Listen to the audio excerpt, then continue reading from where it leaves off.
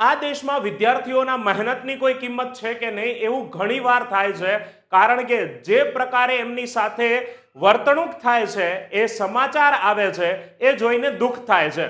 શું બન્યું છે હવે એની વાત કરીએ તો તમને ખબર હશે કે કેન્દ્ર સ્તરની એક્ઝામ લેવામાં આવે છે, SSC સ્ટાફ સિલેક્શન કમિટીની, જેમાં ઘણી બધી એક્ઝામ આવે છે, વેરિયસ એક્ઝામ, CGL ની ગ્રેજ્યુએશન ઉપર, CHSL ની 12 પાસ ઉપર, MTS ની 10 પાસ ઉપર, અને આવી ઘણી એક્ઝામ એ અત્યાર સુધી TCS નામની કંપની લેતી હતી, ટાટા કન્સલ્ટન્સી સર્વિસ. પણ એના ઉપર પણ ગંભીર આક્ષેપો લાગ્યા હતા.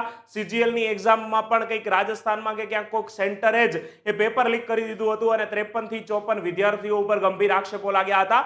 ઘણા બધા જેની અંદર જે છે આવી ગેરરીતિના આક્ષેપો થયા હતા. એના બાદ SSC એ વેન્ડર બદલ્યું, એટલે કે TCS ની સ્થાને નવી કંપની લાયા, એજ્યુક્વિટી નામની. તો આ કંપનીએ તો હદ કરી નાખી. આ કંપનીએ જે છે વિદ્યાર્થીઓને 500 કિલોમીટર દૂર સેન્ટર આપ્યા. અને તમે જુઓ તો અમુક વિદ્યાર્થીઓ ટ્વિટર ઉપર લખી રહ્યા છે કે એમને રાજસ્થાન રહે છે અને વારો આવ્યો છે આંદમાન નિકોબારમાં. એને પોતાનો સ્ક્રીનશોટ પણ મૂક્યો છે, જોઈ શકો છો તમે.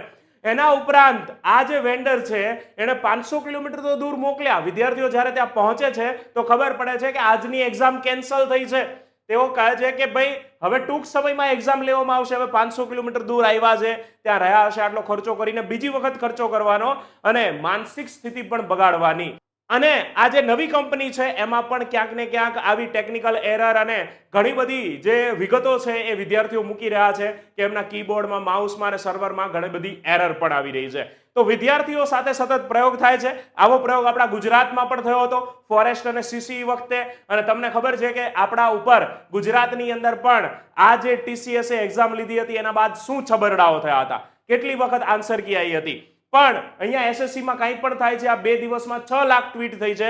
સૌથી પહેલા એમના સાહેબો જુઓ, આદિત્ય રંજન, તમે જુઓ, લાખો કરોડો ફેન છે એમના, લાખો કરોડો વિદ્યાર્થીઓ છે જે એમની પાસે ભળે છે. એના બાદ આ રાકેશ યાદવ.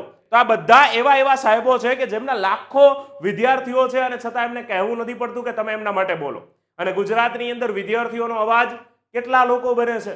અને વિદ્યાર્થીઓ સાથે તો હજી એ જ કંપની કે જે SSC એને બદલાવી નાખી છે, એ જ કંપની હજી ગુજરાતમાં પણ શું લઈ રહી છે, એક્ઝામ લઈ રહી છે. જય હિન્દ, જય ભારત.